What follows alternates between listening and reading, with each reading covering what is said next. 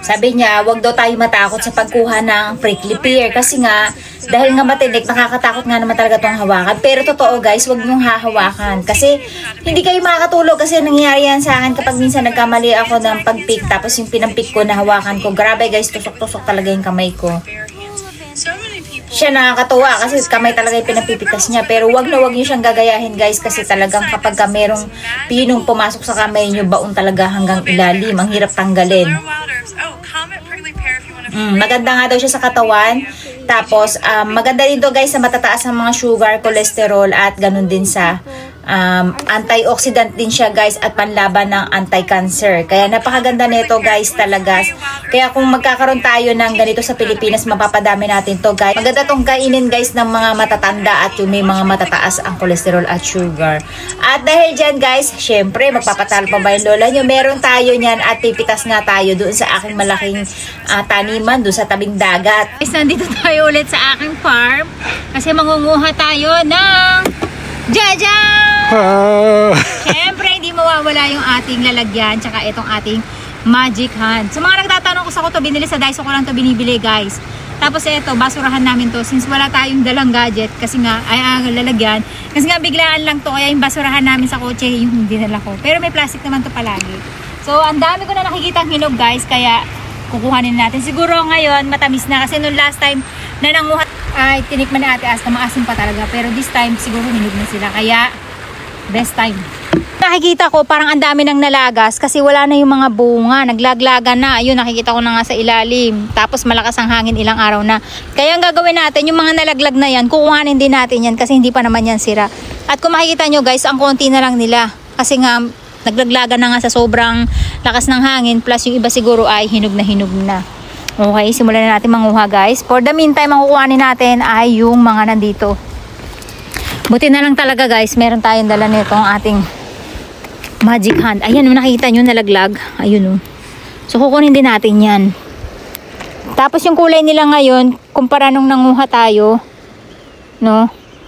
Hindi pa purple, hindi pa dark purple. Ngayon purple na yung kulay nila. Dati kasi nung nanguha tayo, medyo light pink pa lang. Ngayon ay dark purple na. Ayan. Yee! Tsaka nakakatawa, walang guys, walang hangin. Kaya meron tayong relax. Relax tayong manguha ngayon. Hindi katulad nung nanguha tayo nung huli. Lagi kasi malakas ang hangin dito. Kasi nga, tabing dagat, ang ganda ng kulay guys. Naku, hindi yan nakakain. Malapit yung pusa. Akala niya makakain to. Ayan. Yan, laki nito. Nalagas na lang siya guys. Sobrang hinog na to, ibig sabihin. Ayan. Ang dami pa yun. Ito dark purple na talaga. Ay, naluglog. Sayang yun. Ito pa. Alam nyo guys kung bakit madaming basura dito. Kasi walang mapakapasok dito dahil nga siya. Masakit, besh. Masakit siya. Isang ito, hinog na din ito eh. Yan. Sinusunog naman to guys, kaya safe naman siyang kainin kahit nasa tabihan siya ng basura. Ito hilaw pa. Hindi pa siya masyadong ang lalaki nung nasa ilalim. Ayun guys, oh. But pag tumuwad, ayan. Diba nakakatawa yung magic hand natin, napakadaling gamitin. Dami kagad natin nakuha. Uy, Diyos ko po, baka malaglag ako dito. Kung makita nyo na itsura ko, nakatawad ako. Kinakabahan ako dito sa kuting sa pusa na to eh. Baka matulak ako, magulat ako eh. Oh, ang laki. Wah, tika. Ang laki oh. Oh, di ba? Tapos bukas pa lang mag-uulan kaya iba diyan bukas pa lang lalaki. Tapos ito nga yung asawa ko, pinag-cameraman ko na muna at walang ilatupag kundi hawakan yung pusa at inuuto ang lola nyo na iuwi daw namin yung pusa dahil nga napakalambing. At pati ko ginagamit at sinasabi niya nga, ayan, kita yung pusa o lapit ng lapit sa'yo, ibig sabihin ay gusto niya magpa-uwi. At hindi ko na nga lang binalag pero itong pusa na to ay inuwi namin dahil nga sabi ko sa kanya, o sige, bibigyan kita ng 1 linggo pero pag hindi ako natuwa at hindi siya sumunod sa mga rules ko ay ibabalik natin siya. At ayun na nga ang nangyari, guys. After 1 week na kinuha namin siya ay napakakalat ng aming bahay. Sinasabo yung aming mga halamanan, tapos yung mga pagkain niya, ang kalat-kalat. Basta sabi ko sa kanya, alam mo na ngayon na hindi tayo pwedeng mag-alaga ng pusa lalo na kung madadagdagan lang ang trabaho ko. Tingnan nyo, halos mapuno natin. So ang gagawin natin, marami tayong gagawin. Marami tayong magagawa dito. At this time guys, malalaki siya in fairness. So, yung asawa ko guys, gusto mag-ampo ng pusa. Siyempre bago natin siya kainin, kinakailangan naman natin siyang linisin. At ang pinakamadaling paraan na paglilinis nito ay kinakailangan nyo siyang i-burn para yung mga tinik niya ay malusaw at mahawakan nyo siya. Hindi kayo matitinik. Kasi sabi ko sa inyo guys, napakapino ng mga tinik niya at pag tumusok nga sa kamay nyo ay halos hindi kayo makakalimot. Kasi nga pinong-pino, tapos nakabaon talaga yung maliliit, lalo ni maliliit. Nakabaon talaga sa balat nyo at minsan maiilang kayo, bigla na lang kayong parang nakuryente kasi nga hindi nyo na siya mahugot. Kaya paalala, pag nakakita kayo ng ganito, huwag nyo siyang hahawakan ng as-is. Tapos, nag-gloves tayo kasi guys, ang lakas niya makamantsa. Plus, baka may natitira pang mga tinik-tinik. Katulad nito, hindi ko napansin. Ayan may mga tinik-tinik pa siya. So, diba? Ang nipis-nipis kasi ng balat niya, kaya napuputol agad-agad. Pero mas okay din sana kung mabalatan na lang natin. Kaya lang magtatagal tayo dito. At, pag ganyan natin siya babalatan. Titingnan natin yung loob niya kung anong itsura. Hindi nyo siya mabibiyak basta-basta kasi alam nyo guys, mabuto siya. May bumabarang mga buto. Yan. Ganyan yung itsura niya. Ito guys, magti-taste test tayo doon sa mga baguhan kasi alam ko hindi pa nila ito napapanood. Yung mga dati ay napanood nyo na, kaya ulitin nyo na lang at wag nyo na itong iskapo. Okay? Tapos ito yung binalatan natin at titikman natin, hinog na hinog to. Actually, magti-taste test tayo yung isa natin na pinagkuha na naman. Mas malalaki siya at mas hinog na hinog na. Ito nung kinuha ko to ay medyo hilaw pa. Itadakimasu, ganyan yung tsura nila guys. So kailangan talaga ng gloves kasi ang lakas niya magmantsa sa kamay. Itadakimasu. Tamis na guys. Alam niyo kung bakit? Pagka-harvest ko sa kanila, 1 month na, nandiyan pa rin sila sa lamesa. October ko pa to hinarvest guys. Tingnan niyo yung labi ng lola niyo. Hindi niyo na kailangan ng lipstick. Diba? Ang lakas niyang magmantsa. Pero kung yung ipin nyo, magiging pula. Magtatanong, ano ang lasa niya guys? Para siyang pahinog na mangga. Pero yung amoy niya, may pagka-konting amoy ng cactus talaga. Konti lang. Pero hindi kayo mababother doon. Diretso pa rin yung pagkain nyo kasi ang sarap niya na paghinog. Tamis! Yung labas na, medyo maasim pa. Pero yung sa buto guys, matamis na. Yung labas, may konting-konting asim lang. Sigurado mabibeta nyo to guys. At the same time, napakaganda ng mga benefits nito.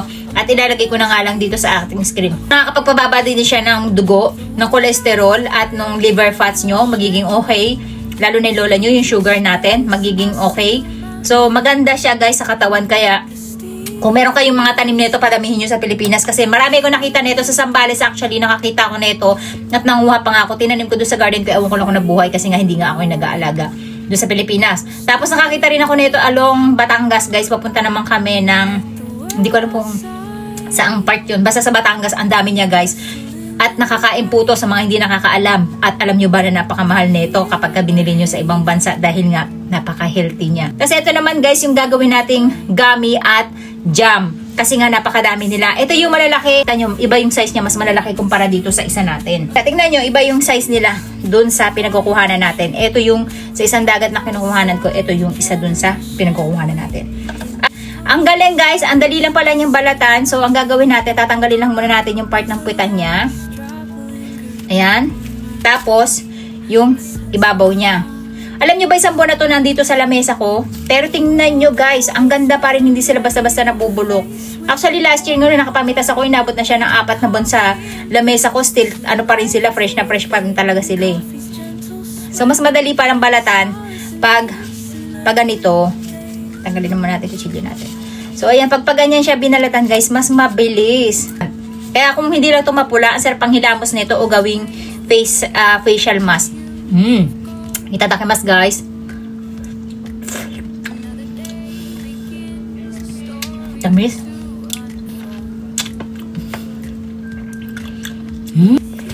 Yung mga buto niya, ganyan kalalaki, guys. Hanggat maaari, ayoko siyang kainin kasi baka mamaya maipon siya kung makakarami tayo.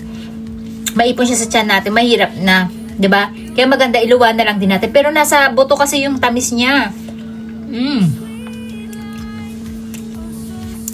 Ang tamis na niya. Although yung labas niya talaga, medyo may asim siya. Pero, lamang yung tamis sa gitna. Kaya yung iba, inuuna yung gitna. Kaya tayo gagawa ng gummy jelly kasi nga, para yun yung pinaka-vitamins natin, antioxidant natin araw-araw. At least alam natin na hindi chemical yung pinapasok natin sa katawan natin. At the same time, mas mape-preserve natin siya na mas matagal. So yun guys, ganun yung lasa niya at napakasarap niya. Kaya kung kayo ay makakakita nito, magtanim na rin kayo, manghingi kayo, magtanim kayo at magpadami. Tapos i-share nyo dun sa mga nangangailangan, lalo na may mga matataas ang kolesterol at sugar.